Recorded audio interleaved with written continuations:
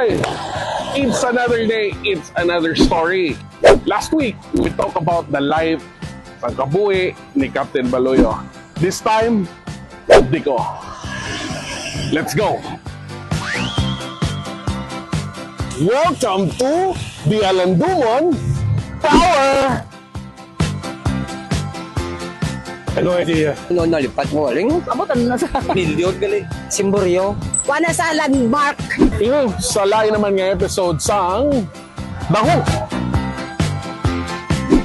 Amo ini ang Halandumon Tower. Aton ibalon ang storya, kahulugan, kag mga issues sa likod sang isa naman ka landmark. Amo ini ang Halandumon Tower. Para ini sang sentro sang Gatuslao kag Gonzaga Street. Sa tunga sang nagdalagko nga building sang Bacolod City, may isa ka struktura nga daw kung lantawon, ordinaryo lang. Pero may istorya nga nagalapot sa nagligad nga mga henerasyon. Pero ano gid bala ang storya sa likod sini? Nga naging importante ini nga lugar.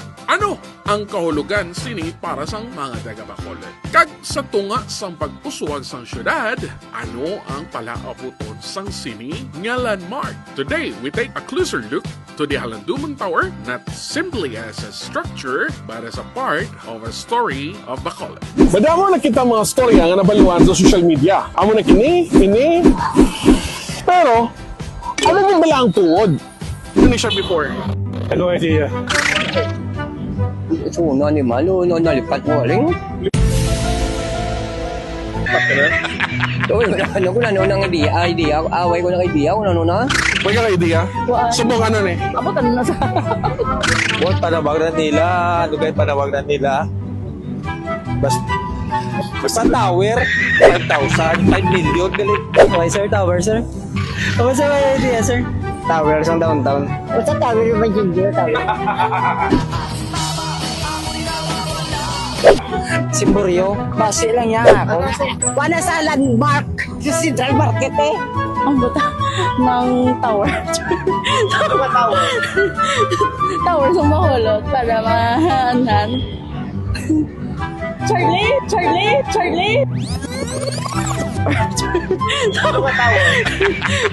Tower sa Bacolod. Andumanan tower. Ano man gali?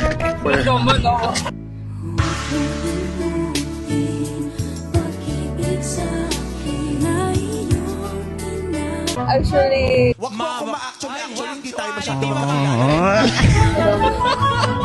Ulagit.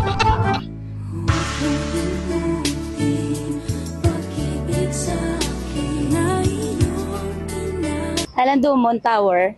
Ano na da before? Nang orasan, relo. Basta do relo, wala di amon manawan. Ano?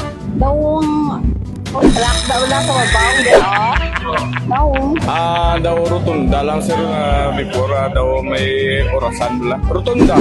Sa rotunda lang long Gatuslao Gonzaga. Halandumon Tower. Mga sanguna nga chimpo, yan na ang rotunda tawag na nila.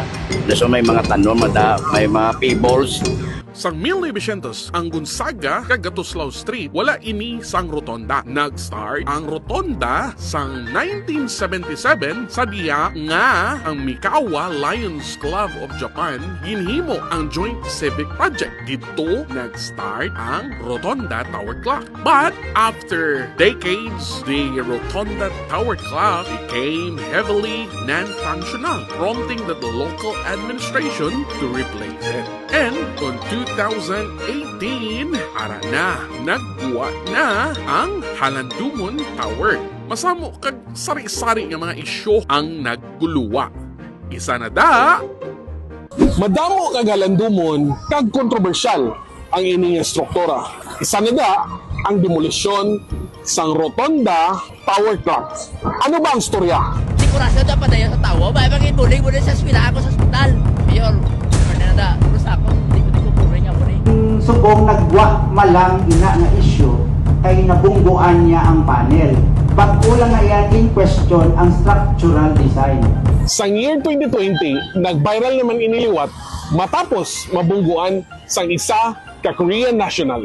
Nakita na lang sa grupo agin sa rusugali isang ining SUV ang Halandumon Tower sa Dalan Katuslao, Gonzaga. Ang salakyan ang ginamaneho ni Shin In-wan, 46 anyos, isa ka Korean national. Para sa iban, isa lamang ini ka structure. Pero sa iban nga may personal nga koneksyon sa lugar, mahimo nga may handumanan ini nga dalan. Just like the Korean National. Maybe it reminds to someone's childhood. Maybe it represents a particular period in Bacolod's development. Isa na na ginawa ang mga issue sang struktura. Gin-question ang balor, gin-question ang sitwasyon ini subong. It was the light of Bacolod at night.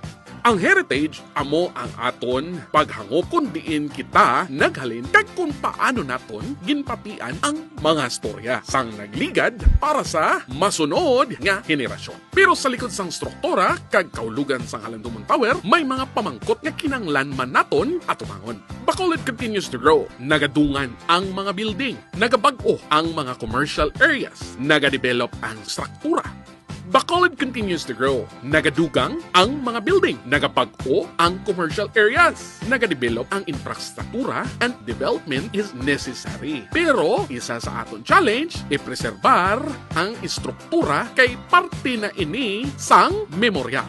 The real challenge is finding a way to preserve what matters while allowing the city to move forward. Para sa Halandumon Tower, ini isa sa pinaka-importante nga diskusyon. Base sa City Tourism Office, Bacolod Engineering Office, Bacolod Information Office, wala sang nagakaigo nga dokumento nga makapakita sang istorya sang design sang Halandumon Tower.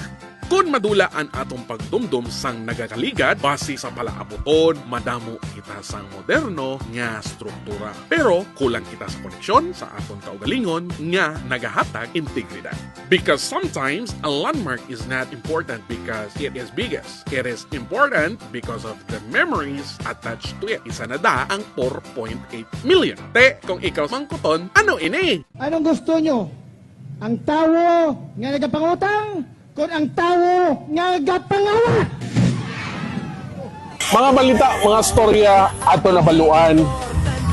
Sa lain naman nga episode sang Baho